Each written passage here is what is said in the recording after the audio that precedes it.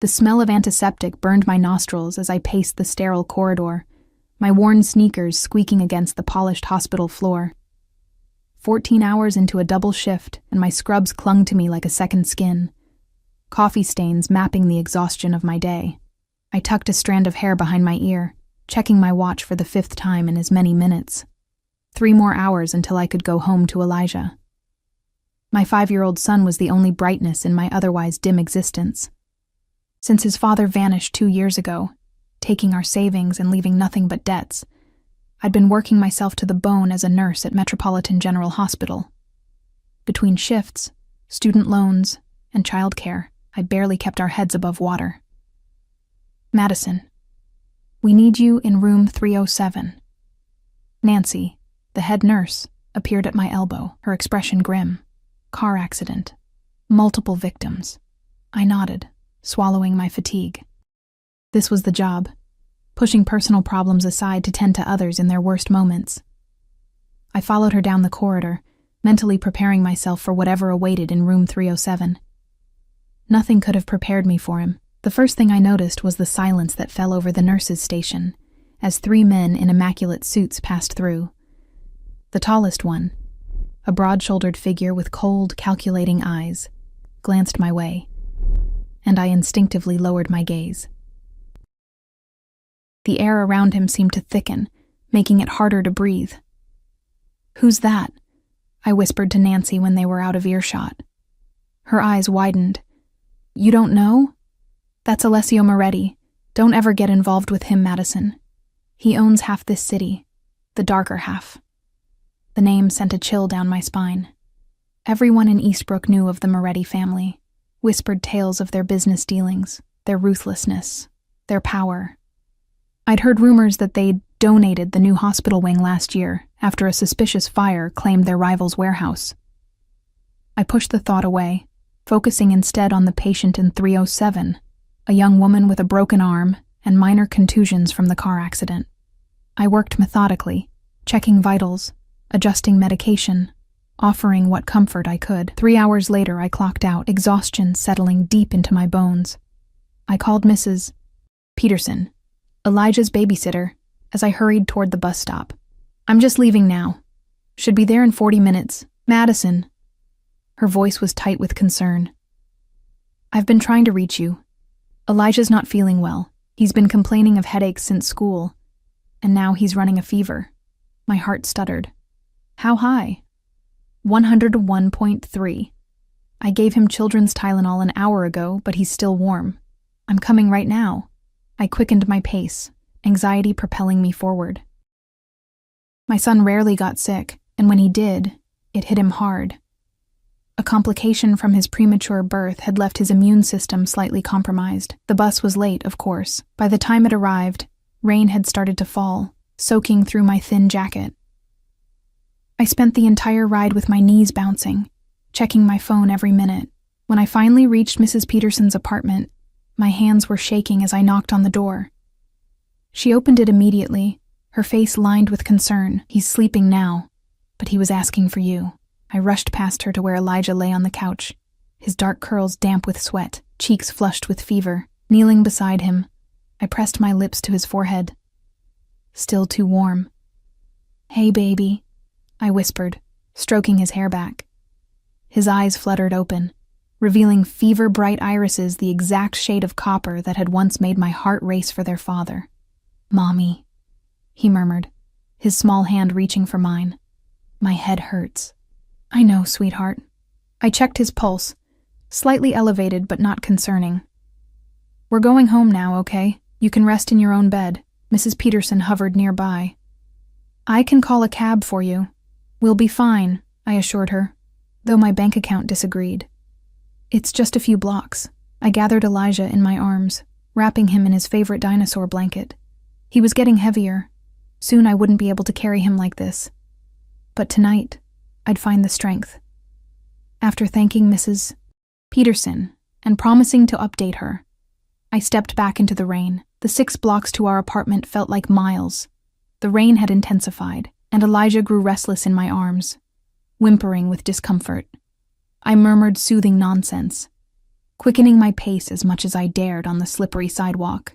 We were halfway home when Elijah suddenly stiffened in my arms. His eyes rolled back, his small body going rigid before beginning to convulse. Elijah! Terror seized me as I lowered him to the ground, turning him onto his side as I'd been trained to do.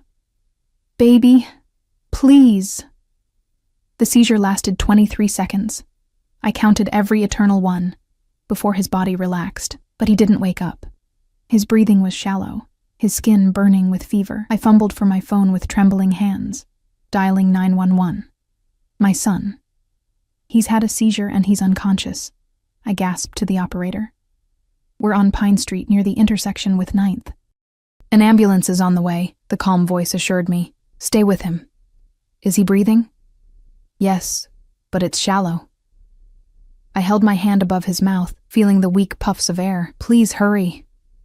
Rain pounded mercilessly as I cradled Elijah's limp form, shielding him as best I could with my body.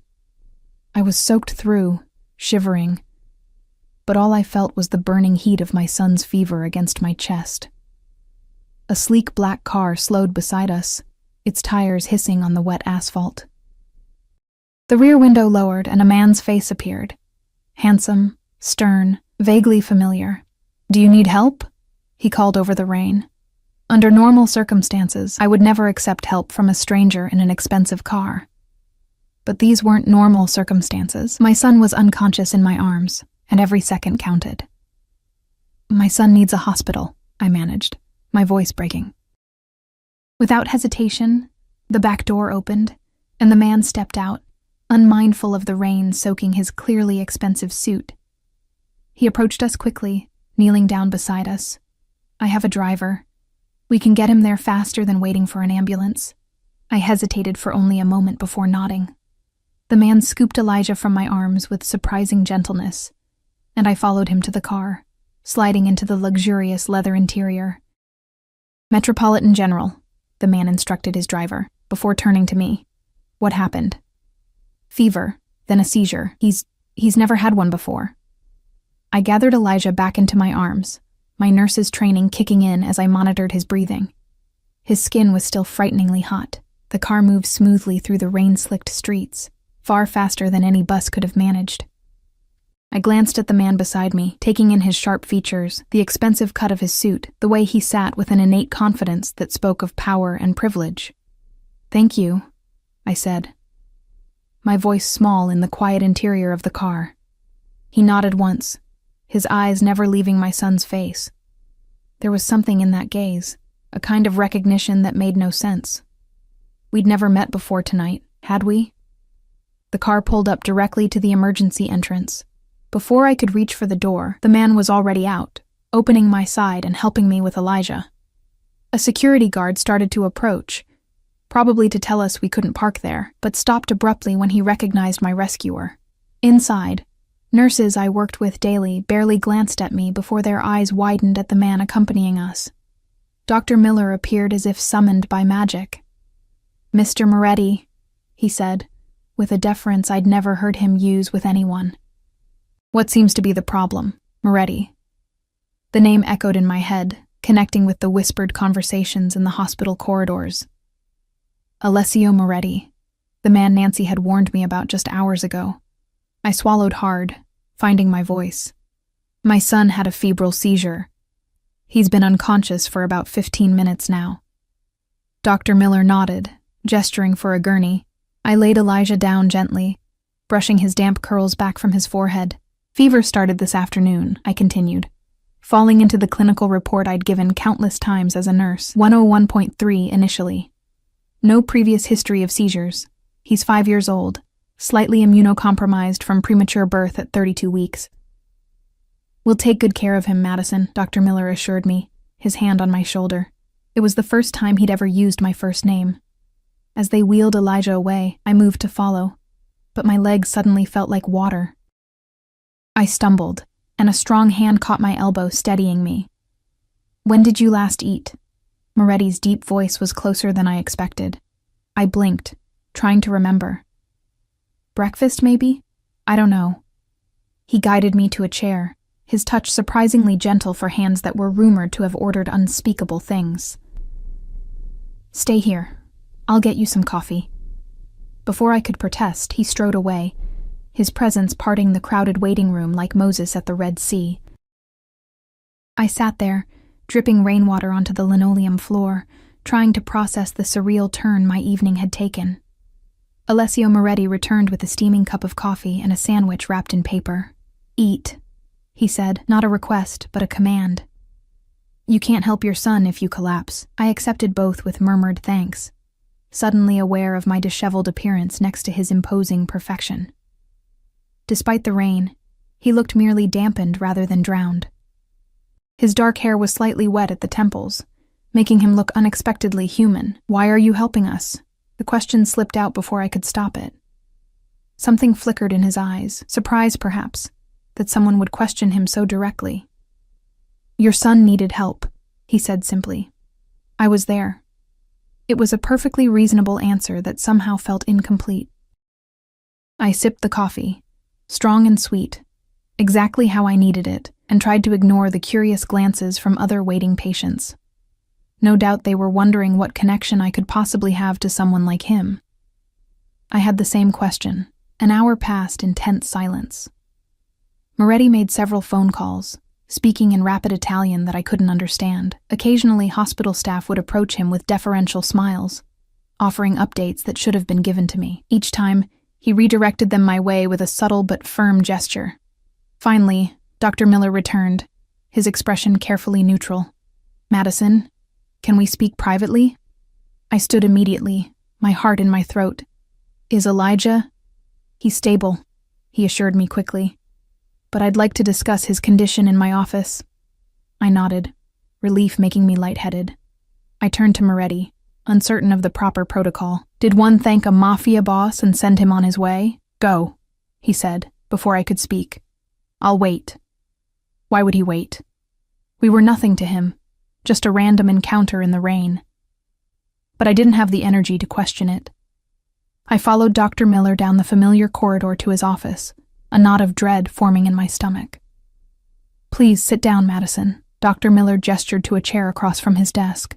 "Elijah's fever was caused by a viral infection, but that's not what concerns me. The blood work showed some abnormalities that warrant further investigation." My nurse's training recognized the careful phrasing, the way he was softening whatever blow was coming.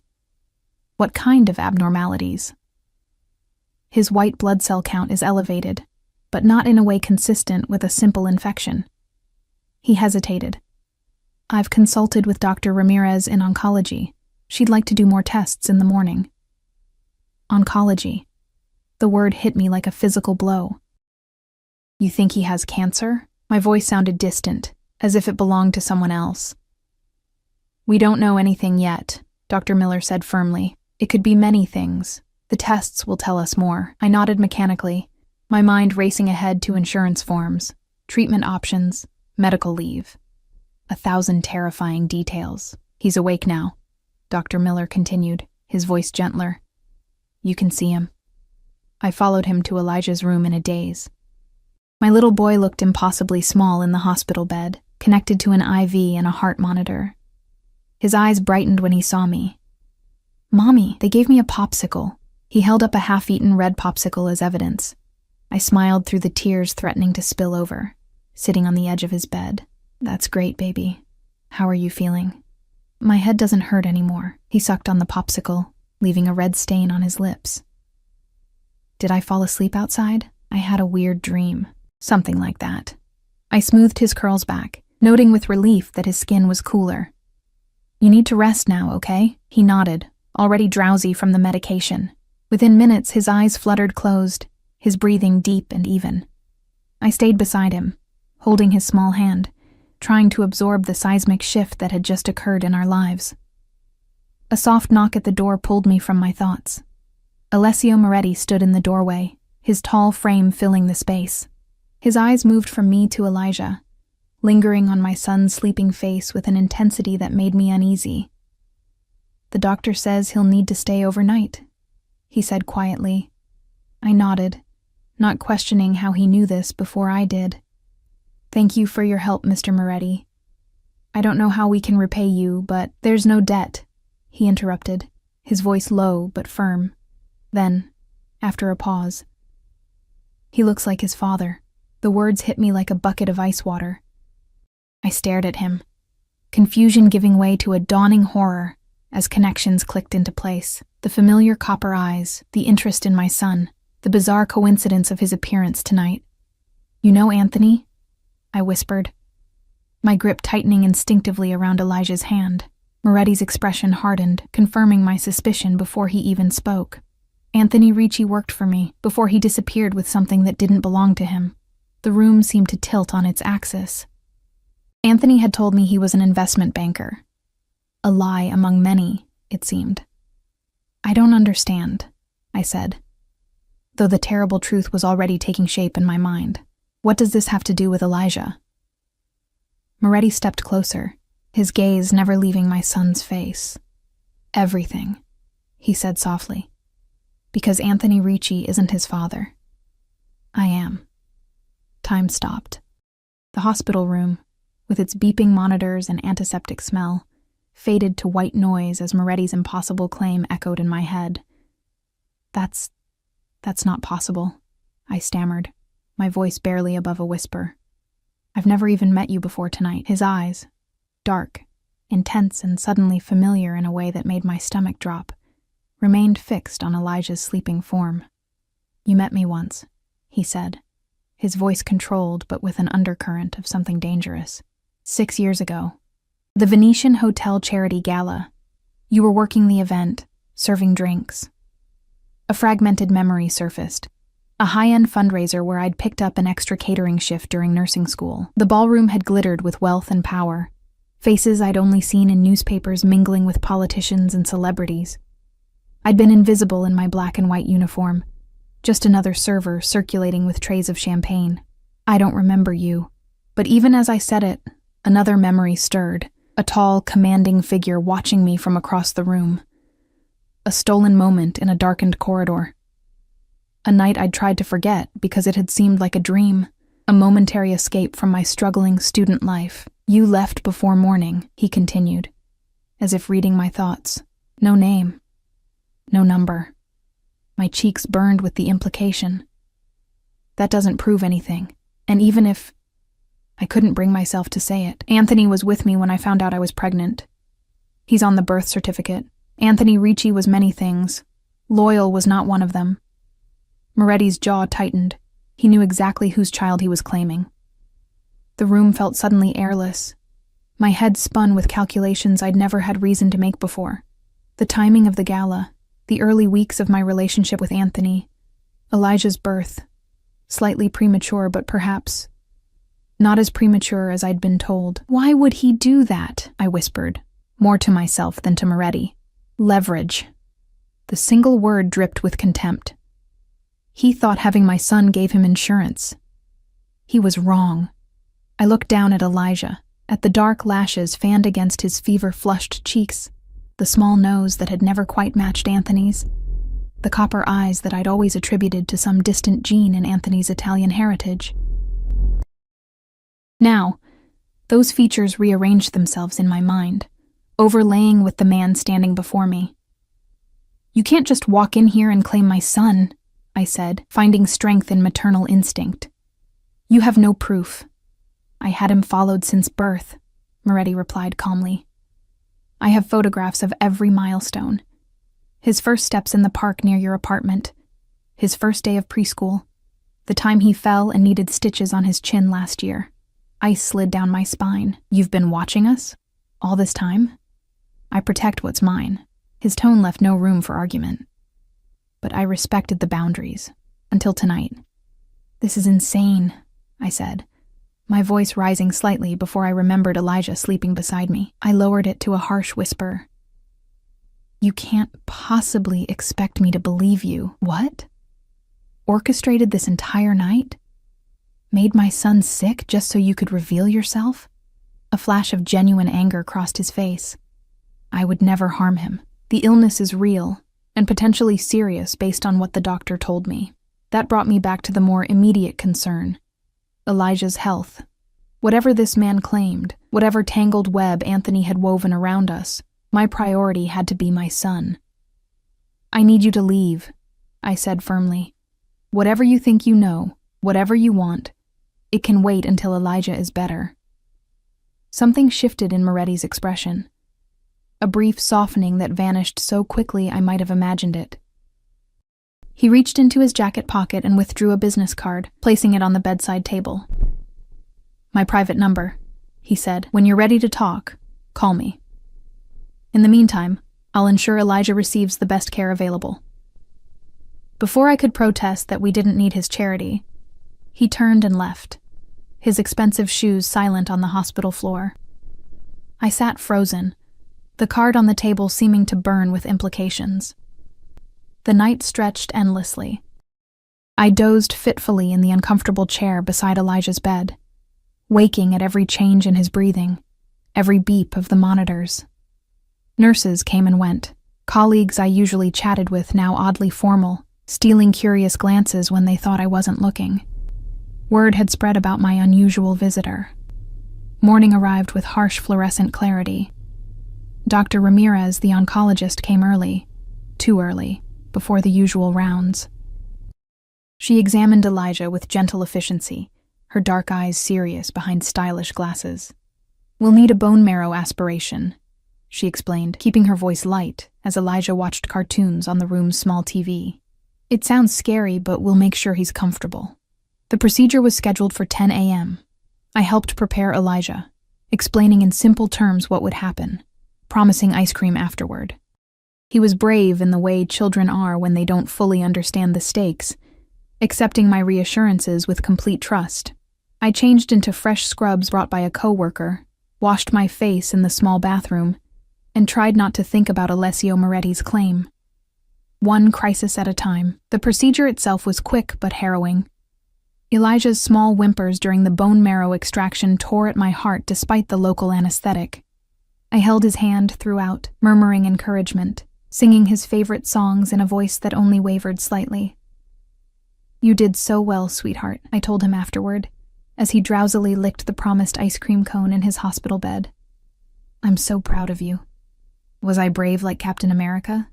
he asked sleepily, the medication making his words slightly slurred. "Braver," I assured him, swallowing past the lump in my throat. He fell asleep midway through his ice cream, the cone listing dangerously in his small hand. I gently removed it, wiped his sticky fingers, and tucked the blanket around him. "Madison." Dr. Ramirez stood in the doorway, her expression professionally neutral. "Can we talk outside?" My heart stuttered. "You have the results already?" "Preliminary findings," she confirmed. "Let's step out so we don't wake him." In the corridor, Dr. Ramirez led me to a small consultation room rather than speaking in the hallway. A bad sign. Doctors delivered good news casually. Bad news required privacy. "Please sit down," she said, gesturing to a chair. I remained standing. "Just tell me." She nodded, respecting my choice. The initial analysis shows abnormal white blood cells consistent with acute lymphoblastic leukemia, ALL. We'll need further tests to confirm, but the presentation is fairly classic. The words hit like physical blows. "Leukemia, my beautiful boy, my whole world. What's the treatment?" I asked, falling back on medical training when emotional processing failed me. "Prognosis? Timeline?" "All has one of the better outcomes in childhood cancer," Dr. Ramirez said, her voice gentle but direct. "With aggressive treatment, the 5-year survival rate is approximately 85–90%. 5-year survival, as if that were reassuring when discussing a 5-year-old child. "Treatment typically involves several phases," she continued. "Induction chemotherapy to achieve remission, followed by consolidation therapy, then maintenance. It's intensive, especially at the beginning. How soon do we start?" My mind was already racing through practicalities: medical leave from work, insurance coverage, childcare during treatments. "Ideally, within days of confirmation," Dr. Ramirez replied. "I've already consulted with Dr. Shriver, our pediatric oncology specialist. He's reviewing the case now and will meet with you this afternoon." I nodded mechanically, trying to absorb the information. And the confirmation? We should have definitive results by tomorrow morning. I've ordered a rush on the tests. Of course she had. I wondered darkly if Moretti's influence extended to laboratory processing times. Thank you, I said automatically. I should get back to Elijah. Dr. Ramirez touched my arm. Madison, do you have someone to call? Family? Friends? You shouldn't be alone right now. I almost laughed. My parents lived across the country, perpetually disappointed in my life choices. I had work friends, but no one close enough for this. Anthony had isolated me from my former social circle, and after he left, I'd been too exhausted from single parenthood to rebuild it. I'm fine, I lied. I'm a nurse. I know how to handle this. Her expression said she didn't believe me, but she nodded. The social worker will come by later today to discuss resources and support groups.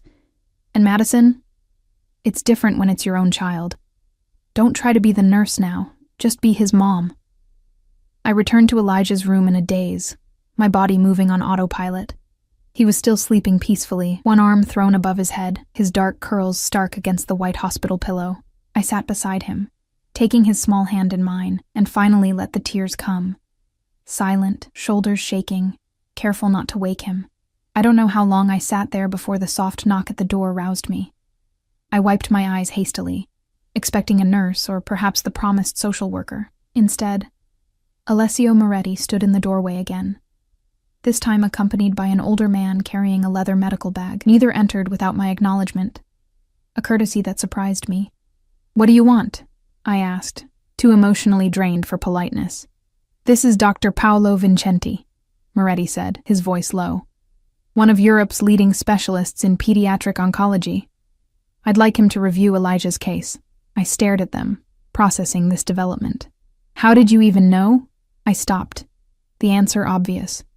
Hospital staff. Moretti clearly had people everywhere. "I can leave if you prefer," the older doctor said in a gentle Italian accent. "But I may be able to help." I looked at Elijah, sleeping innocently amid a potential storm of medical and paternal claims. Whatever was happening between me and Moretti, if this doctor could help my son, I couldn't refuse. "Fine," I said curtly. "But I stay in the room." Dr. Vincenti nodded, moving to the foot of the bed where Elijah's chart hung. He reviewed it thoroughly, asking occasional questions that revealed a deep understanding of leukemia treatment protocols. Despite my suspicion of Moretti, I found myself impressed by the doctor's knowledge. "May I?" Dr. Vincenti gestured toward Elijah.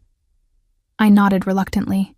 He approached with the quiet confidence of someone who had examined thousands of children, gently checking Elijah's lymph nodes without waking him, observing his breathing, examining the barely visible bruises on his arms that I'd initially attributed to normal childhood roughhousing, but now recognized as a symptom. "I'd like to review the bone marrow samples myself," he said when he'd finished. "With your permission. Can you do that?"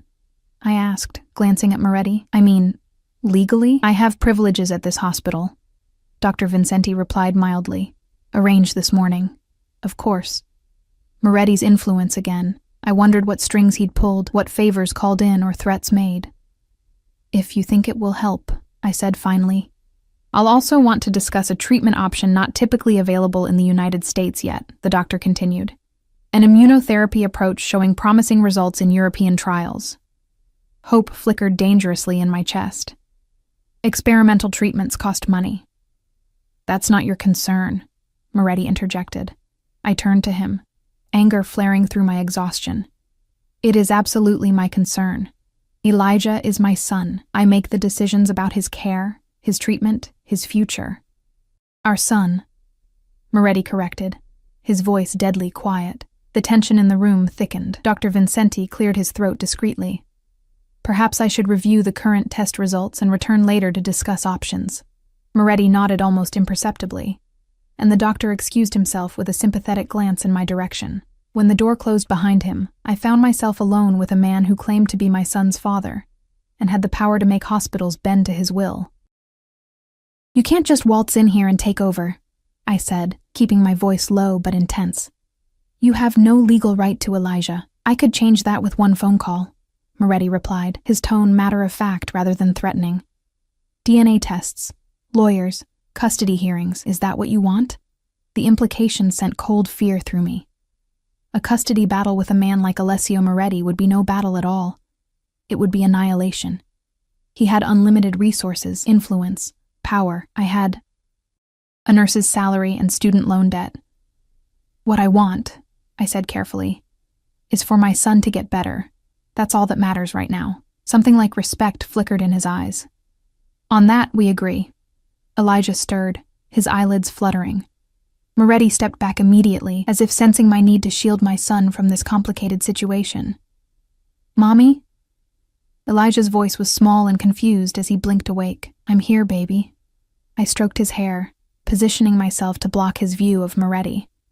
How are you feeling? Hungry. His face brightened. Can we have pancakes?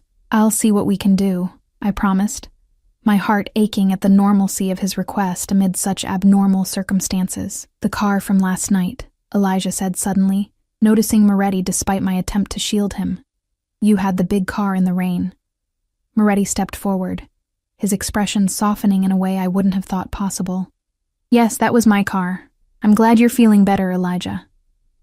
My son studied him with innocent curiosity. Are you a doctor too? No, Moretti replied with a small smile that transformed his stern features. Just a friend of your mother's. I bit my tongue at the presumption, but Elijah accepted this explanation easily enough. Do you like pancakes? He asked, with a child's ability to focus on essentials. Before Moretti could answer, a nurse entered with a breakfast tray, not the usual hospital fare of rubbery eggs and toast, but a covered silver plate that looked like it came from a 5-star restaurant. She set it before Elijah with a flourish, revealing perfectly golden pancakes arranged in the shape of a dinosaur, complete with fruit features and bacon spikes. Elijah's eyes widened with delight. Wow! Look, Mommy, it's a stegosaurus, the nurse smiled. Chef Antonio said if you eat all your breakfast, he might send something special for lunch, too. Chef Antonio? Metropolitan General didn't have a chef. I glanced at Moretti, whose expression revealed nothing, but I knew with certainty this was his doing. What do you say, Elijah? I prompted, falling back on routine parenting in this surreal situation. Thank you, he said cheerfully, already reaching for his fork. The nurse left, and I found myself in the bizarre situation of watching my son eat gourmet pancakes, while a Mafia boss who claimed paternity stood by like it was perfectly normal. I should go, Moretti said finally, his eyes lingering on Elijah. I have matters to attend to. Dr. Vincenti will return this afternoon with his assessment. I nodded stiffly, uncertain of the protocol for this unprecedented situation. Madison. He stepped closer, lowering his voice. I understand your hesitation. But everything I do now is for his benefit. And 6 years of absence? I challenged quietly. Was that for his benefit too? His expression hardened. I didn't know he existed. When I discovered Anthony's deception, you were already established as a family. I made the decision to watch from a distance rather than disrupt his life. How thoughtful, I said, unable to keep the bitterness from my voice. Things have changed now, he replied, unruffled by my tone. His health takes priority over all else. With that, he turned to leave, pausing at the door. My driver will remain at your disposal. When Elijah is discharged, he'll take you both home. Before I could protest, he was gone, leaving only the lingering scent of expensive cologne and the absurd dinosaur pancakes as evidence he'd been there at all. He's nice, Elijah declared around a mouthful of pancake. Can he come to my birthday party? I forced a smile, my mind reeling with the implications of the past 24 hours. We'll see, sweetheart. Let's focus on getting you better first. Am I sick? He asked, his copper eyes, Moretti's eyes, I now realized, suddenly worried. Like, really sick? I sat on the edge of his bed, choosing my words carefully. You have something in your blood that's making you feel bad, but the doctors are going to fix it. It might take some time, and some of the medicine might make you feel yucky at first, but you're going to be okay. I hoped with every fiber of my being that I wasn't lying to him. Will I still get to go to kindergarten? His lower lip trembled slightly. Maybe not right away, I admitted. But we'll talk to your teacher and she can send work home. And when you're feeling good, maybe you can visit your class. He seemed to accept this, returning to his pancakes with the resilience of childhood. I watched him eat, trying to recalibrate my understanding of my own life in light of Moretti's revelation. If what he claimed was true, and the more I looked at Elijah, the more I feared it was, then nothing would ever be the same again. A man with dangerous power and unknown intentions had just walked into our lives, claiming the most precious thing in my world. And I had no idea how to protect us from what would come next. The next 48 hours passed in a blur of medical tests, doctor consultations, and sleepless nights in the uncomfortable hospital chair. Elijah's diagnosis was confirmed: acute lymphoblastic leukemia, and a treatment plan began to take shape, a complex roadmap through terrain I never wanted to travel. Dr. Vincenti, Moretti's specialist, worked alongside Dr. Shriver, the hospital's pediatric oncologist, in an unusual collaboration.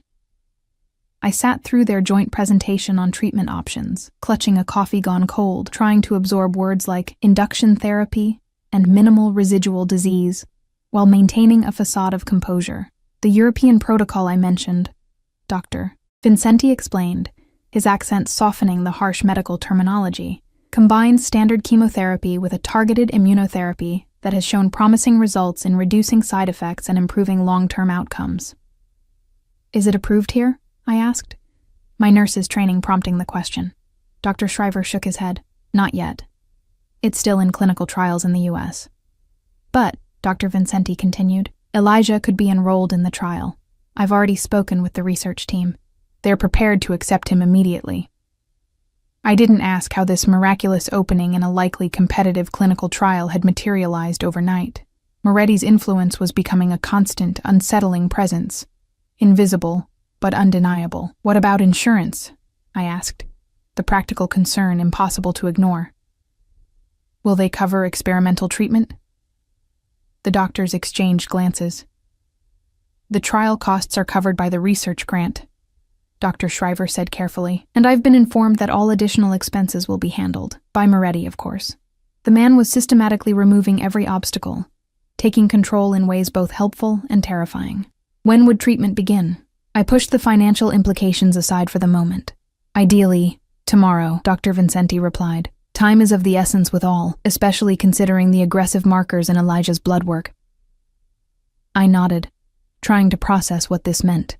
Tomorrow my 5-year-old would begin a battle against cancer, with chemicals flowing into his small body, attacking both the disease and his healthy cells indiscriminately. I'll need to prepare him, I said, my voice steadier than I felt, and make arrangements for work, for our apartment. All taken care of, came a deep voice from the doorway. Alessio Moretti stood there, immaculate in another perfectly tailored suit, his presence immediately dominating the room. The doctors straightened almost imperceptibly. Medical leave has been arranged with your supervisor, he continued, stepping into the room. Fully paid, indefinite duration. Your apartment is being maintained, and your bills are covered. Anger flared through my exhaustion. You had no right. I merely removed distractions, he interrupted smoothly. So you can focus entirely on Elijah. The presumption was breathtaking, yet beneath my indignation lurked traitorous relief, the crushing weight of financial worry temporarily lifted from my shoulders. May we have the room, please? I asked the doctors, needing to address this intrusion without an audience. They departed quickly, Dr. Vincenti with a sympathetic glance that suggested he understood the complexity of the situation. When the door closed, I turned to Moretti, keeping my voice low to avoid disturbing Elijah, who was napping after his latest round of tests. You can't just take over my life, I said, the words sharp despite my attempt at control. I don't need your charity. It isn't charity, he replied, unmoved by my anger. It's my responsibility, my son. You have no proof he's your son, I interrupted, though the denial felt increasingly hollow each time I looked at Elijah's features. Moretti reached into his jacket pocket and removed a folded paper, offering it to me without comment. I took it reluctantly, unfolding what proved to be laboratory results, a DNA paternity test. The conclusion was highlighted in yellow, 99.9998% probability of paternity. My knees weakened.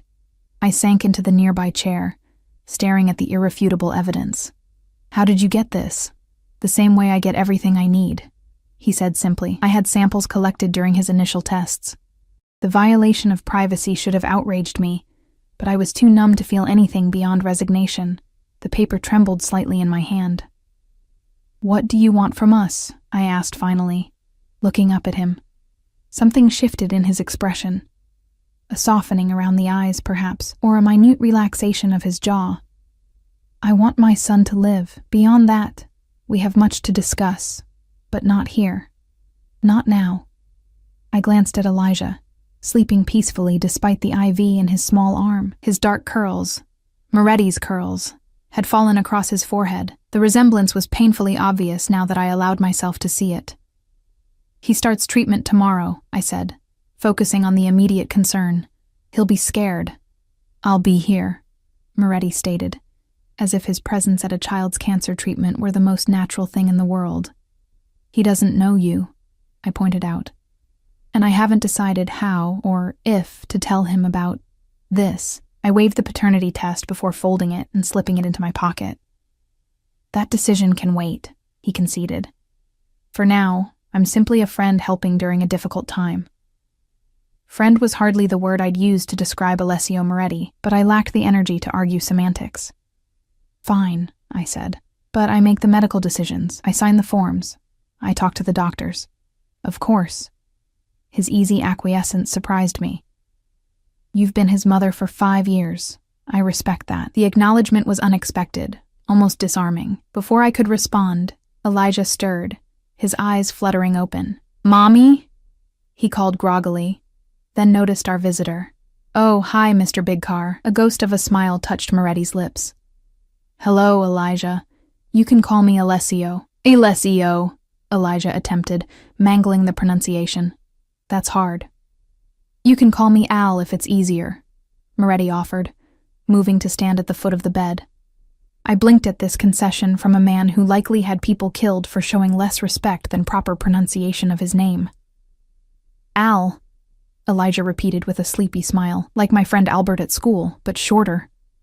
Exactly like that, Moretti agreed, his expression gentler than I'd seen it before.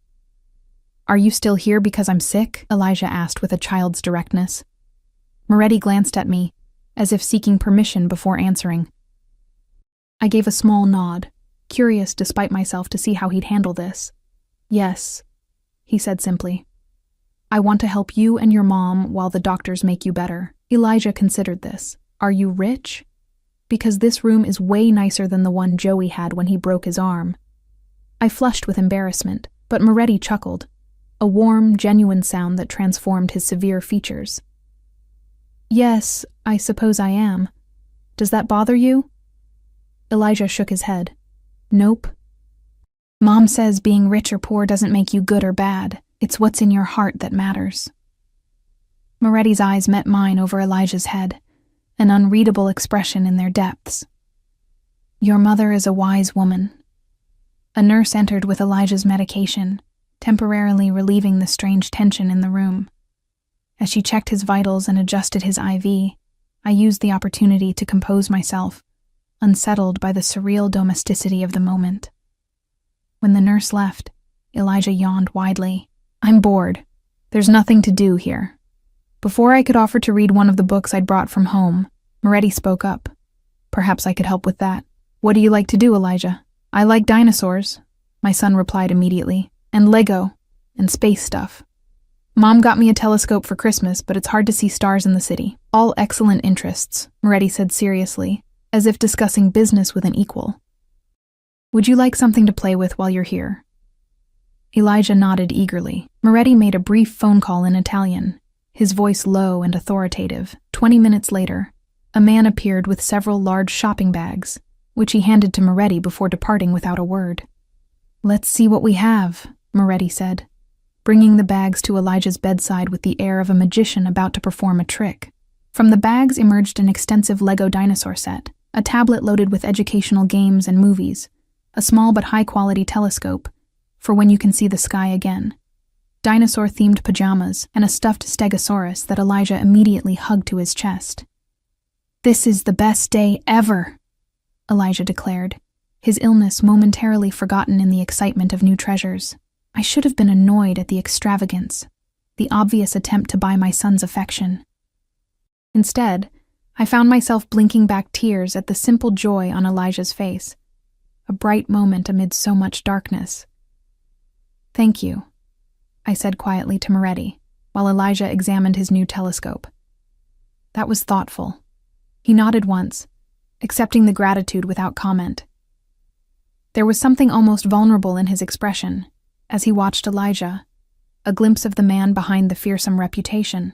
The rest of the day passed in relative peace, with Elijah alternating between naps and playing with his new toys. Moretti stayed, his presence gradually becoming less intrusive as he maintained a respectful distance, intervening only when he could be helpful. When evening came, a nurse appeared with dinner, not hospital food, but a child-friendly meal from what was clearly an upscale restaurant. For me, there was a container of homemade pasta that smelled divine after days of cafeteria sandwiches. "You should go home tonight," Moretti said as I picked at the pasta. "Get proper rest before tomorrow's treatment begins." I shook my head automatically. I'm not leaving him. "Madison." He leaned forward, lowering his voice. "You've been in that chair for 2 nights. You're exhausted. Elijah needs you at your strongest tomorrow." The logic was sound, but maternal instinct resisted. What if he wakes up scared? What if something happens? "I'll stay," Moretti said simply. "I'll call you immediately if anything changes." I stared at him, searching his face for deceit or ulterior motive. "You want me to leave my sick child with a man he met 2 days ago, with his father?" He corrected, the words still strange and jarring. "He doesn't know that," I reminded him sharply. Moretti sighed, a rare display of frustration breaking through his composed exterior. "Madison, I am not going to kidnap him from a hospital where he's receiving life-saving treatment. I'm offering you 6 hours to shower, change clothes, and sleep in a real bed so you don't collapse tomorrow." Put that way, it made sense. I glanced at Elijah, who had fallen asleep clutching his new stuffed dinosaur. He'd be unconscious for hours, with nurses checking regularly. 6 hours, I conceded finally. "And you call me if he so much as sneezes." "You have my word," Moretti said solemnly. I gathered my purse, feeling strangely disconnected from reality, as I prepared to leave my son in the care of a man who was essentially a stranger. A dangerous stranger with a DNA connection I was still struggling to accept. "My driver will take you," Moretti said, gesturing toward the door where a man in a dark suit had materialized silently. Too tired to argue, I followed the driver to the elevator, through the lobby, and into a sleek black car, identical to the one from that rainy night. As we pulled away from the hospital, a wave of emotion threatened to overwhelm me. Fear for Elijah, confusion about Moretti, exhaustion from the past days of uncertainty. The car stopped in front of my apartment building, the driver opening my door with formal courtesy. "I'll wait here, ma'am. Mr. Moretti's instructions are to return you to the hospital whenever you're ready." I nodded vaguely, trudging up the 3 flights to my apartment. When I unlocked the door, I stopped short in confusion. My apartment, normally cluttered with toys, nursing textbooks, and the general debris of single motherhood, was immaculate. Fresh flowers sat on the kitchen counter. The refrigerator, when I opened it in bewilderment, was stocked with fresh groceries. On the table lay a note in elegant handwriting. "Everything is prepared for when Elijah comes home. Rest well. A.M." The presumption should have infuriated me, but in my exhausted state, I could only marvel at the thoroughness of Moretti's intervention in our lives. I showered in water hotter than I usually allowed myself, letting it wash away hospital antiseptic and days of worry. Clean and wrapped in my robe, I wandered to Elijah's room, needing the comfort of his familiar space. His dinosaur collection was neatly arranged on shelves, his bed made with fresh sheets. I sat on the edge of his bed, picking up the worn T-Rex he'd slept with every night, until the stuffed Stegosaurus had usurped its place. The reality I'd been holding at bay crashed over me then. My son had cancer. My son might not survive. My son's father was not the man I'd believed, but a dangerous criminal who could upend our lives completely. I buried my face in Elijah's pillow and sobbed, releasing days of tightly controlled fear and confusion. I cried until my throat hurt, until my eyes burned, until exhaustion finally claimed me, and I fell asleep clutching the small dinosaur to my chest. The persistent buzz of my phone woke me hours later. I fumbled for it in panic, heart racing as I saw the hospital's number on the screen. "Hello?" I answered, my voice hoarse from crying. "Madison." It was Moretti's voice, calm, but with an undercurrent of tension. "You should come back now. What's happened?" I was already moving, searching for clothes. "Is Elijah okay?" "His fever has spiked," Moretti said, his control slipping enough for me to hear genuine concern. "The doctors are with him now. I'm coming," I said, pulling on jeans and a sweater with the phone pressed to my ear. "Tell him I'm coming." "He's asking for you," Moretti replied, a catch in his voice I wouldn't have thought possible. "I told him you'd be here soon. The driver was waiting as promised." I barely registered the pre-dawn streets as we sped back to the hospital, my mind filled with worst-case scenarios, each more terrifying than the last. The elevator seemed unbearably slow as it carried me to Elijah's floor. I ran down the corridor, ignoring the startled looks from night shift nurses I normally worked alongside.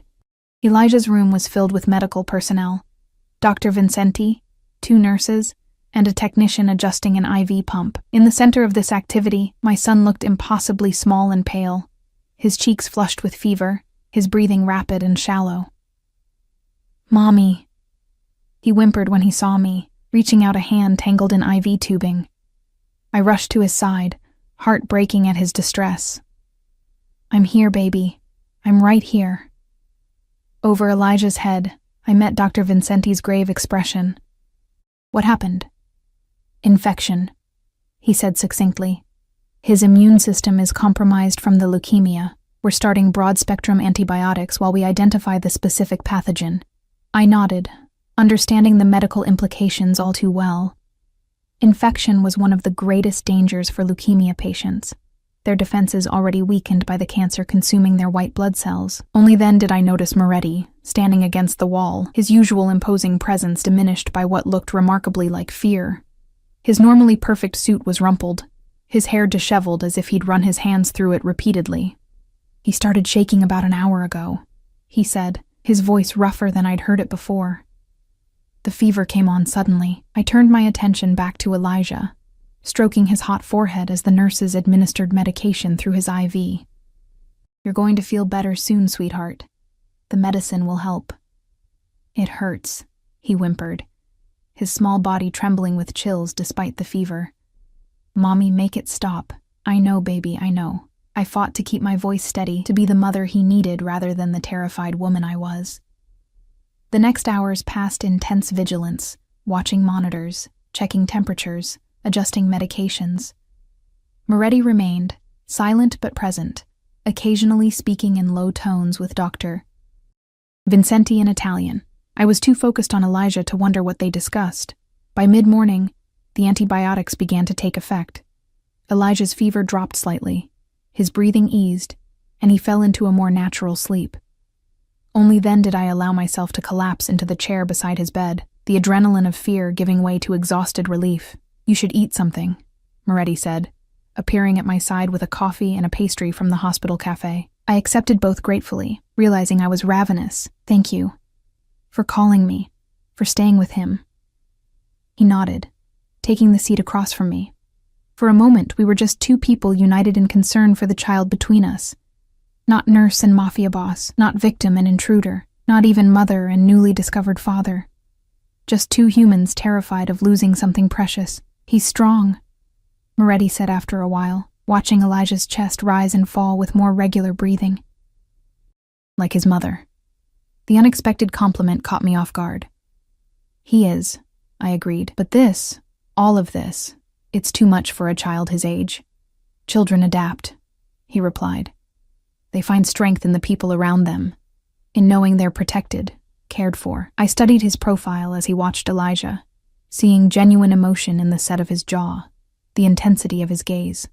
Whatever else Alessio Moretti might be, his concern for my son, our son, appeared genuine. "What happens after this?" I asked quietly. "When he's better? What do you expect?" Moretti turned to me, his expression serious. "I expect to be part of his life. How that looks, we can determine together." Together, I repeated skeptically. You don't strike me as a man who compromises often. A ghost of a smile touched his lips. I'm willing to learn new skills where Elijah is concerned. Before I could respond, Dr. Vincenti returned with updated test results. The infection had been identified, a common bacterium that responded well to the antibiotics already administered. Elijah's chemotherapy would need to be delayed by several days to allow him to recover, but the prognosis remained positive. He should continue improving over the next 24 hours, the doctor concluded. We'll monitor closely, of course. Thank you, I said, genuine gratitude in my voice. The man might be on Moretti's payroll, but his expertise was undeniable. As Dr. Vincenti left, Elijah stirred, his eyes opening blearily. Mom? He called weakly. Right here, sweetheart, I reassured him. Taking his small hand in mine, his gaze moved past me to where Moretti stood. Al stayed all night, he informed me gravely. He told me stories about Italy when I couldn't sleep. I glanced at Moretti in surprise. Did he? Elijah nodded, wincing slightly at the movement. About a boy who lived by the ocean and had adventures with fishermen. It was good. Not as good as your stories, but good. High praise, Moretti commented, the corner of his mouth lifting. Your mother must be an excellent storyteller. The best, Elijah confirmed, his eyelids already growing heavy again. She does all the voices. As he drifted back to sleep, I found myself wondering about the story Moretti had told, whether it was fiction or perhaps memory from his own childhood. The thought of him as a child, before he became whatever he was now, was strangely humanizing. You should rest too, Moretti said, interrupting my thoughts. I can watch him. I shook my head. I'm not leaving again. He didn't argue, merely nodding as if he'd expected this response. Then at least use the cot they brought in. I'll wake you if anything changes. The offer was tempting. My body ached from tension and poor sleep, and the padded cot looked infinitely more comfortable than the chair. All right, I conceded, moving to the small cot positioned against the wall, but wake me in an hour regardless. Moretti agreed with a small nod. As I stretched out on the cot, I watched him take the chair I'd vacated, his large frame incongruous in the institutional furniture, his attention focused entirely on the small boy in the hospital bed. The image was the last thing I saw before exhaustion pulled me under, my son, sick but fighting, and beside him, the complicated, dangerous man who had altered our lives irreversibly with a single claim of paternity. I dreamed of the gala 6 years ago, fragments of memory returning in disconnected flashes. The weight of a silver tray laden with champagne flutes, the ache in my feet after hours in borrowed heels, eyes watching me across a crowded room, a stolen conversation in a quiet alcove, a night I'd written off as a beautiful stranger's passing interest in a catering girl, a night that had changed everything, though I hadn't known it then. Elijah's infection cleared over the next 2 days, his resilient body responding well to the antibiotics. Dr. Vincenti and Dr. Shriver agreed he was strong enough to begin the modified treatment protocol, a combination of traditional chemotherapy and the experimental immunotherapy that offered our best hope. The morning of his first treatment, I sat beside Elijah's bed, explaining what would happen in simple terms. The medicine is special, I told him, holding his small hands in mine. It's going to find the bad cells in your blood and get rid of them, but sometimes it might make you feel yucky for a little while. Elijah's copper eyes, so like Moretti's, were solemn. Will I lose my hair like the kid on the poster? The pediatric oncology ward had educational posters showing children at various stages of treatment. Of course, Elijah had noticed. You might, I answered honestly. But hair grows back, and we can get you some cool hats if you want. He considered this seriously. Can I get a dinosaur hat, and maybe a space one? Absolutely, I promised, relief washing through me at his acceptance. Children were remarkably adaptable, a blessing in situations like this. A soft knock at the door announced Moretti's arrival. Over the past days, he'd established a routine, appearing each morning, staying through the day's medical procedures, leaving only when Elijah was settled for the night. His presence had become strangely normalizing, as if dangerous Mafia bosses regularly spent their days in pediatric hospital rooms. Good morning, he said, his gaze taking in Elijah's improved color. "Ready for today?" Elijah nodded bravely. "Mom says the medicine might make me sick, but it's fighting the bad cells." "That's right," Moretti agreed, setting a gift bag on the bedside table. "I brought something that might help." Elijah reached eagerly for the bag, pulling out a child-sized leather jacket with dinosaur patches sewn onto the sleeves and back. His eyes widened with delight. "It's just like yours," he exclaimed, looking between the jacket and Moretti's expensive leather coat. I hadn't noticed the similarity, but Elijah was right. The child's jacket was a miniature version of what Moretti often wore, though I doubted the man's contained colorful dinosaur embellishments. "Every warrior needs armor," Moretti said seriously. "This can be yours while you battle the bad cells." Elijah immediately wanted to put it on over his hospital gown. I helped him slip his arms through the sleeves, careful of his IV line. The jacket was beautifully made, soft leather with a satin lining. "Thank you, Al," Elijah said, stroking the leather reverently. "It's the coolest ever." Something flickered across Moretti's face. A raw emotion quickly masked. "You're welcome, Elijah." The moment was interrupted by the arrival of Dr. Vincenti and 2 nurses, ready to begin the treatment. Elijah clutched my hand tightly as they explained what they were about to do, his brave facade slipping slightly. "I'm scared, Mommy," he whispered. "I know, sweetheart." I squeezed his hand. "But I'll be right here the whole time.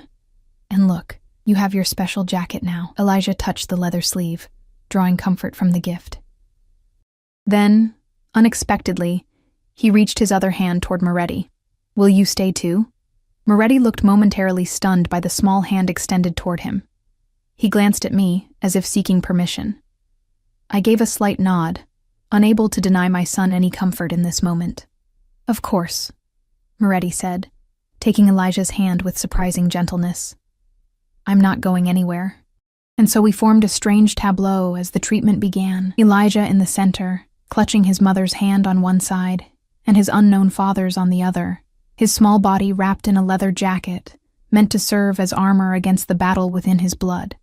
The treatment itself was anticlimactic, clear liquids flowing into Elijah's veins through his IV, no immediate visible effect. When it was complete, he looked disappointed. "I don't feel any different," he said, poking at his arm as if expecting to see the medicine working. "It takes time," Dr. Vincenti explained. "The medicine is very small, like tiny soldiers hunting for the enemy cells." Elijah brightened at this description. "Like special forces? Mom, can we watch a movie?" The normalcy of the request made my throat tight with emotion. "Sure, baby. What would you like to see?" The remainder of the day passed quietly. Elijah watched animated films on the tablet Moretti had brought, occasionally dozing. By evening, the first side effects appeared. Nausea that had him retching miserably into a hospital basin. I held his shoulders, murmuring comfort, while Moretti stood by, his face a mask of helpless concern. When Elijah finally fell into an exhausted sleep, I stepped into the hallway, needing a moment away from the oppressive hospital room. To my surprise, Moretti followed me. "You should get some rest," he said, studying my face with unsettling intensity. "You look exhausted." "I'm fine," I replied automatically. His expression made it clear he didn't believe me. "Madison, you can't help him if you collapse. Use the suite I've arranged down the hall, just for an hour or 2. I'd been resisting the suite, a hospital room converted into something resembling a luxury hotel, complete with a real bed and private bathroom. Accepting it felt like conceding too much ground in whatever unspoken negotiation existed between us. "He needs me here," I insisted. "He's asleep," Moretti countered. "The night nurse will call immediately if he wakes. You're no good to him running on empty." The logic was sound, but it wasn't really about logic. It was about control, the one thing I'd maintained in the face of Moretti's systematic infiltration of our lives. "Why are you doing all this?" I asked suddenly. "The specialists, the suite, the gifts. What do you really want?" His expression shifted, becoming more guarded. "I told you that he's your son. Fine, but that doesn't explain." I gestured vaguely at everything around us. "All of this." Moretti was silent for a moment, his eyes darkening.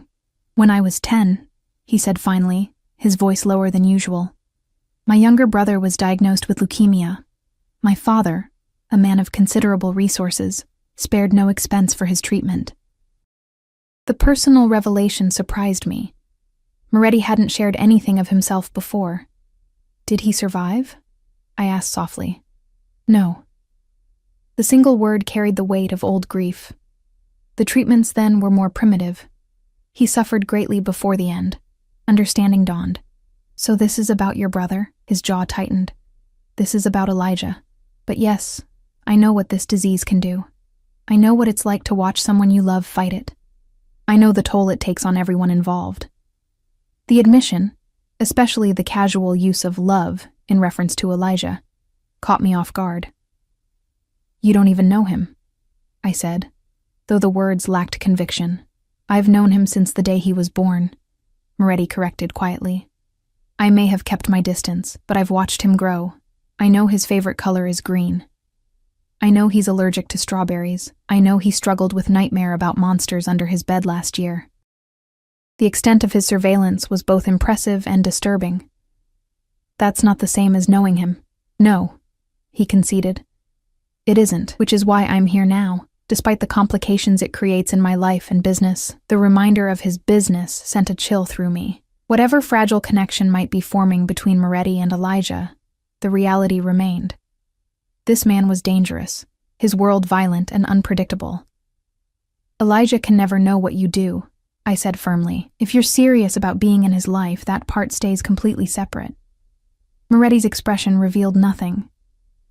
My business interests are irrelevant to this situation. Your business interests are why Anthony disappeared, I pointed out. They're why you have people watching us, why hospital administrators jump when you walk in. Don't pretend they don't matter. He studied me for a long moment, his gaze calculating. You're not afraid of me, he observed, sounding almost puzzled by this realization. The observation startled me. I should be terrified of this man, his power, his reputation, the violence that followed him like a shadow. Yet fear wasn't what I felt in his presence. Wariness, certainly. Confusion, definitely, but not fear. I'm afraid for Elijah, I clarified. For what your world could mean for him. My world also offers protection, Moretti countered, resources, opportunities. At what cost? I challenged. Before he could respond, a nurse appeared in the doorway of Elijah's room. Ms. Clark, he's asking for you. I moved immediately, all other concerns forgotten. Elijah was awake, his face pale and drawn, his eyes glassy with medication and discomfort. Hey, sweetheart, I said softly, brushing his hair back from his forehead. How are you feeling? Not good, he admitted, his lower lip trembling. My tummy hurts. I know, baby. I reached for the anti-nausea medication the doctor had prescribed, administering it through his IV line. This will help. Try to drink some water if you can. He took a few sips from the cup I held, then lay back against the pillows. Where's Al? The question surprised me. He's just outside. Do you want to see him? Elijah nodded, and I motioned for Moretti to enter. He approached the bed with a gentleness that seemed at odds with his imposing presence. Hey, buddy, he said, his voice softer than I'd ever heard it. Rough night? Elijah nodded miserably. The tiny soldiers are making me sick. That means they're working hard, Moretti told him, sitting in the chair beside the bed. Sometimes things have to get worse before they get better. Like when Mom cleaned my room and it looked super messy at first? Elijah asked, finding a connection his 5-year-old mind could understand. Moretti smiled, a genuine smile that transformed his severe features, exactly like that. Elijah seemed comforted by the comparison. Will you tell me another Italy story? The one about the boy and the fisherman? I raised an eyebrow at Moretti, curious about these stories I hadn't heard. Of course, he agreed, settling more comfortably in the chair. Where did we leave off? Ah, yes. The boy had discovered the cave by the shoreline. His voice took on a different quality as he told the story, less commanding, more rhythmic, with traces of an Italian accent that usually remained carefully concealed. Elijah listened with rapt attention, his discomfort temporarily forgotten as he was transported to a sunlit Mediterranean coast. I watched them together, struck by the strange intimacy of the moment. Moretti was good with him, patient, engaging, attentive in ways that belied his fearsome reputation. Whatever else he might be, in this room, with this child, he was simply a man telling stories to soothe a sick boy. The realization was unsettling. It would be easier if Moretti remained a straightforward villain, the dangerous criminal intruding into our lives. His humanity complicated things, making the boundaries between protector and threat increasingly blurred. As Elijah drifted back to sleep, soothed by the story and the medication, Moretti fell silent. His gaze lingered on the boy's face with an expression I couldn't quite decipher. "The story," I said quietly. "Was it real? About your childhood?" He nodded, his eyes still on Elijah. "My grandfather was a fisherman before the family business changed direction. Those summers by the sea were before everything else, before he became what he was now." The unspoken words hung between us. "You should use the suite," he said abruptly, standing. "I'll stay with him." Too exhausted to argue further, I nodded.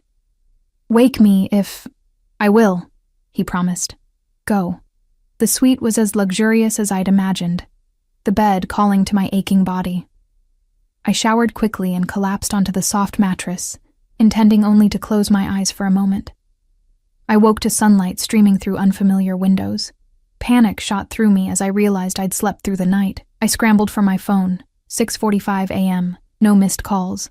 I threw on clothes and rushed back to Elijah's room, expecting the worst. What I found instead was Elijah awake and animated, eating toast, and telling Moretti about his favorite dinosaurs. Moretti sat in the chair I'd vacated, his suit slightly rumpled, dark circles beneath his eyes suggesting he'd kept vigil all night. "Mom!" Elijah greeted me cheerfully. "I feel better today, and Al knows tons about dinosaurs." "Does he now?" I said, my eyes meeting Moretti's over Elijah's head. He shrugged slightly. "I did some reading." The image of Alessio Moretti, feared Mafia boss, researching dinosaurs to connect with my son, was so incongruous I almost laughed. Instead, I checked Elijah's chart, noting with relief that his vitals had stabilized overnight. "The doctor came already," Moretti informed me. He was pleased with Elijah's progress. "The next treatment is scheduled for tomorrow." I should have been annoyed that medical updates had been given to him rather than me, but I was too relieved by the positive news to care. "You should go home, change," I told him, noting his disheveled appearance. "I've got things covered here." He hesitated, glancing at Elijah, who was absorbed in a dinosaur documentary on the tablet. "I'll be back this afternoon," he said finally. "Call if anything changes." After he left, I sat beside Elijah, marveling at his improved condition. "You're feeling better, huh?" He nodded, his attention still on the screen. "Al said the medicine is working super fast because I'm extra strong." "Did he now?" I smoothed his curls back from his forehead, checking for fever out of habit. "You two seem to be getting along well." Elijah looked up at me, his expression suddenly serious in that way children sometimes have. "Mom? Is Al going to be my new dad?" The question hit me like a physical blow. "What? Why would you ask that?" He shrugged, fidgeting with the edge of his blanket. "He's here all the time, and he brings me stuff, and he looks at you the way Jaden's dad looks at his new mom in the pictures Jaden showed me." I blinked, processing this childish but uncomfortably perceptive observation. "No, sweetheart.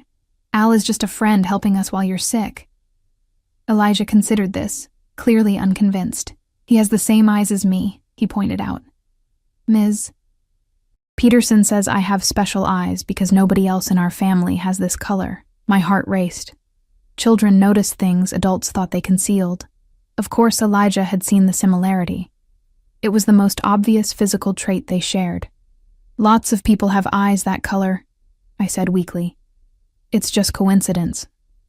Elijah gave me a look that said he didn't believe me but was willing to let it go for now. He returned to his documentary, leaving me to contemplate the inevitable conversation that loomed in our future. Sooner or later, the truth would need to be told. I just didn't know if any of us were ready for what would follow. Block 5. 3 months passed in a blur of hospital visits, treatments, and cautious hope.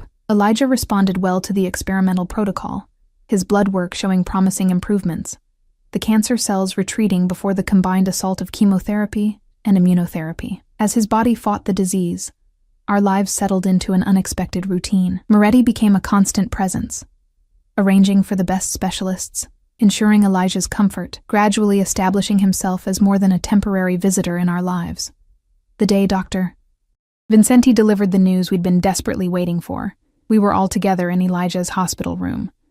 My son sat cross-legged on the bed, wearing his dinosaur jacket despite the room's warmth, playing a board game with Moretti. "The results are excellent," Dr. Vincenti announced, his formal demeanor softening with genuine pleasure. "Elijah is in remission. The treatment has been remarkably effective." The words washed over me like a wave, leaving me lightheaded with relief. "Remission," I repeated, the medical term suddenly the most beautiful word in existence. "What does that mean?" Elijah asked, looking between the adults with curious eyes. "Am I all better?" Dr. Vincenti approached the bed, sitting on the edge to address Elijah directly. "It means the bad cells we've been fighting are gone for now. You'll still need some medicine to make sure they don't come back, but much less than before." "Does that mean I can go home?" Elijah's face brightened at the prospect. "Yes," the doctor confirmed. "You can go home tomorrow. You'll come back for checkups, but you can sleep in your own bed," Elijah cheered, throwing his arms around the startled doctor. Over his head, Dr. Vincenti's eyes met Moretti's, a silent message passing between them. Whatever his other loyalties, the doctor's care for Elijah had been genuine. When we were alone again, an awkward silence fell. Home. The word carried different implications now.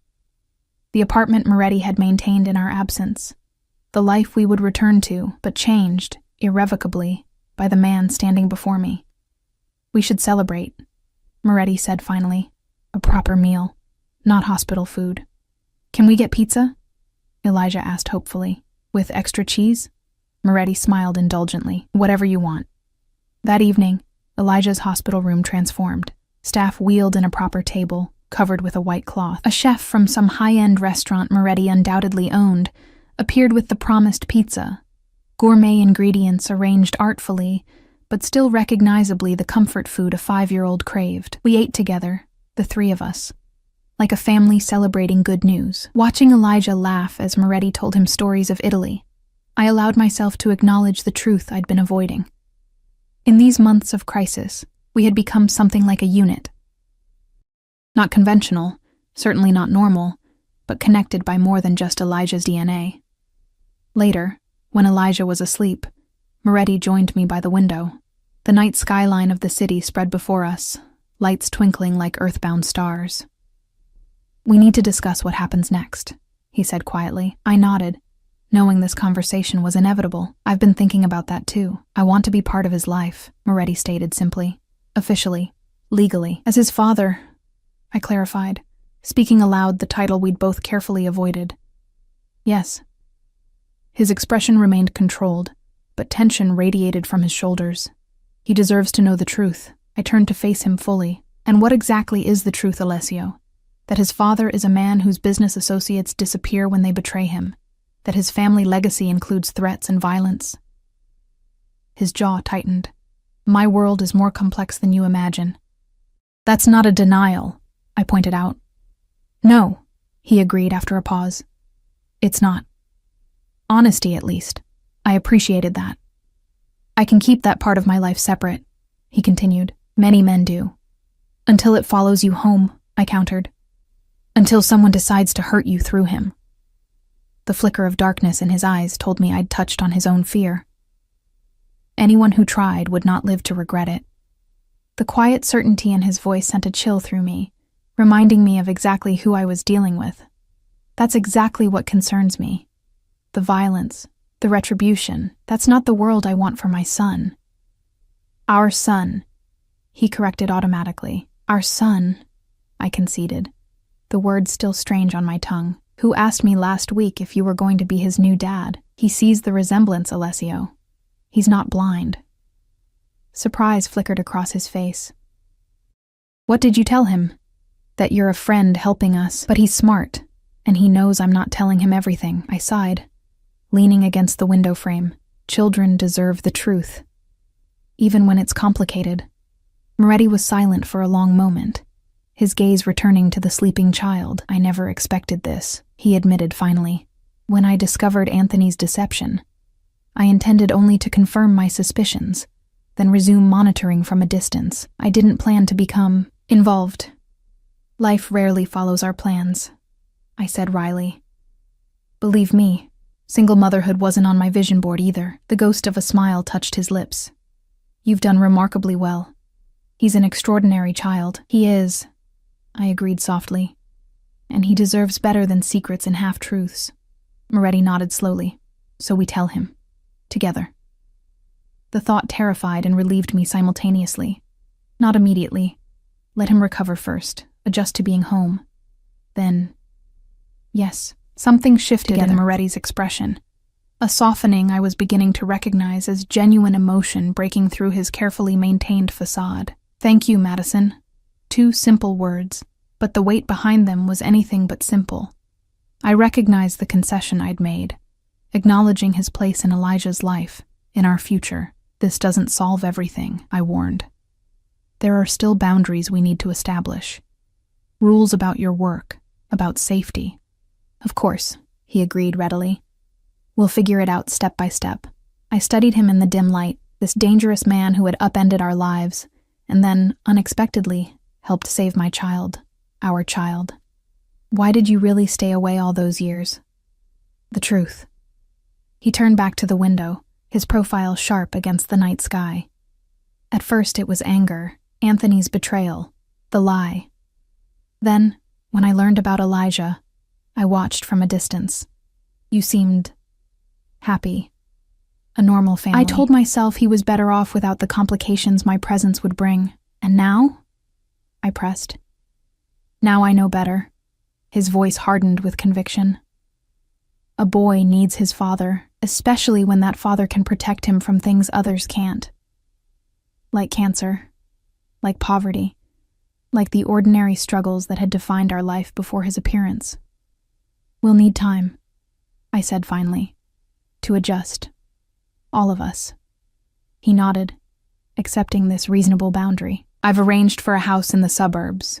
Safe neighborhood, good schools, private security. There's a guest house on the property where I'll stay when I'm in town, to be close to Elijah. I raised an eyebrow at this presumptuous planning. And you didn't think to consult me first?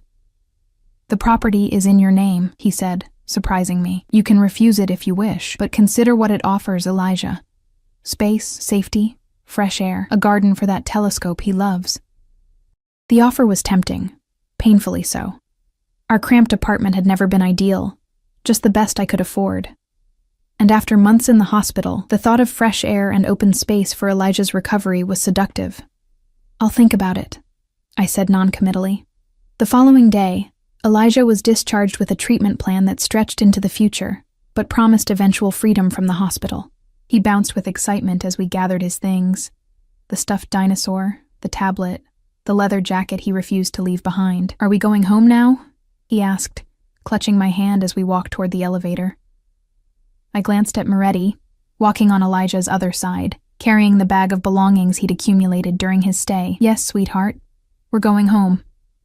But when we reached the hospital entrance, a black SUV waited rather than Moretti's usual sleek car. He guided us toward it, with a hand lightly touching my lower back. A gesture both protective and presumptuous.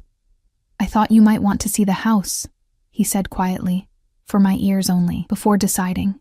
I hesitated, but Elijah was already climbing into the vehicle, exclaiming over the built-in entertainment system. Just to look, I clarified, meeting Moretti's intense gaze. No promises. He inclined his head in acknowledgement, his hand warm against my back as he helped me into the car. The drive took us away from the crowded city streets, toward tree-lined suburbs where houses sat back from the road, protected by privacy gates and manicured hedges. Finally, the car turned into a driveway that wound through landscaped grounds, before stopping before a house that managed to be both elegant and welcoming. Large windows, warm stone, a wraparound porch. Wow. Elijah pressed his face against the car window.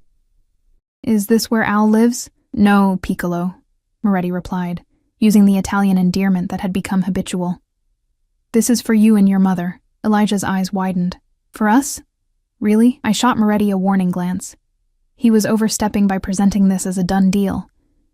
But he merely opened the car door, helping Elijah down with gentle hands. "Let's look inside, shall we?" he suggested. The interior was as impressive as the exterior.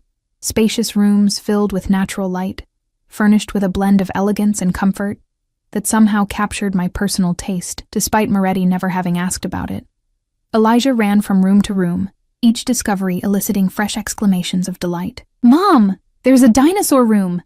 And look, space for my telescope, and a huge backyard." His excitement was infectious, his joy at simple pleasures like a window seat or a backyard swing, set untainted by adult concerns about strings attached or dangerous implications. As Elijah explored the backyard, supervised by the driver who doubled as security, Moretti joined me on the porch. "You didn't need to do all this," I said quietly. "I wanted to," he replied simply. "For both of you." I studied him in the afternoon light, this complex, dangerous man who had inserted himself into our lives with all the subtlety of a hurricane, yet showed such unexpected gentleness with our son. "We'll need rules," I said finally. "Clear boundaries. Your work stays completely separate. No associates visiting, no business discussions within these walls." Hope flickered in his eyes as he realized I was negotiating terms rather than refusing outright. "Agreed. And we take things slowly with Elijah. No rushing the father revelation until he's ready. Until we're all ready." Moretti nodded, his gaze following our son as he examined a butterfly bush with solemn concentration. "Whatever is best for him. And us?" I asked softly. "What exactly are we, Alessio?" He turned to me, his expression more open than I'd ever seen it. "Co-parents for now. Beyond that, time will tell." It wasn't a declaration of love or even attraction. It was something more honest, an acknowledgement of the complex bond that had formed between us through crisis and shared concern for our child. Not romance, but something equally powerful, something with potential to grow into more, perhaps, when wounds healed and trust had time to develop. "Time will tell," I echoed, watching as Elijah spotted a rabbit at the edge of the garden and crouched in delight. His small body, so recently ravaged by disease, was regaining strength daily. His future, once terrifyingly uncertain, now stretched before him with promise. Whatever complications Alessio Moretti had brought into our lives, he had also brought hope, protection, and a kind of fierce devotion neither of us had expected. The path forward wasn't clear, but as I watched father and son together in the garden, one discovered too late, the other cherished from his first breath, I allowed myself to believe that sometimes truth came with unexpected gifts. Gifts worth the price of acceptance.